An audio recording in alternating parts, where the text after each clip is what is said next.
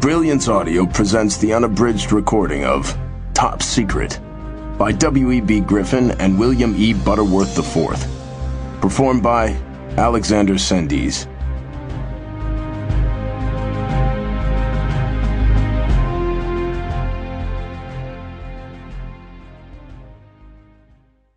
Prologue. Many in the intelligence community feel that the first American counterfire shot in what became the Cold War occurred even before World War II was over. Specifically, when Major General Reinhard Gehlen contacted Allen W. Dulles, or Dulles contacted Gehlen. The details remain, more than half a century later, highly classified.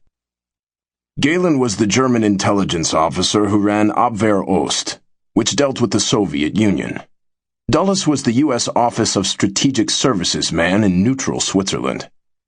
Realizing Nazi defeat was inevitable, Gehlen feared both Soviet ambitions for Europe and specifically what the victorious Russians would do to his officers, his men, and their families.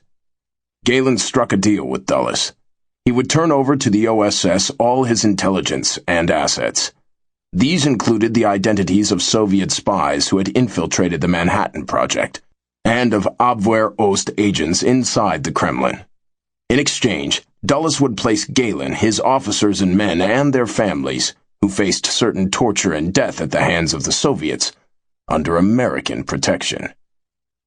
Exactly who at the highest levels of the American government knew about Operation Gehlen, and when they knew it, also remains even today highly classified.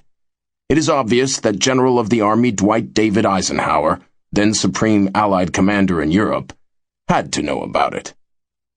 It seems equally obvious that President Franklin Roosevelt was not made privy to it.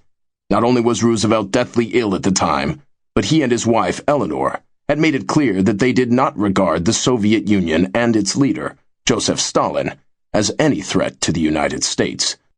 There was wide belief that there were communists in Roosevelt's inner circle. There were other problems, too.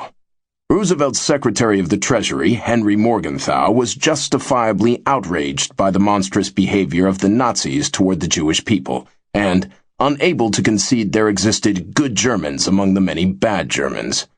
Morgenthau seriously advocated a policy that would have seen senior German officers executed out of hand whenever and wherever found. It was known that Gehlen was on the list of those German officers to look for. Sample complete. Ready to continue?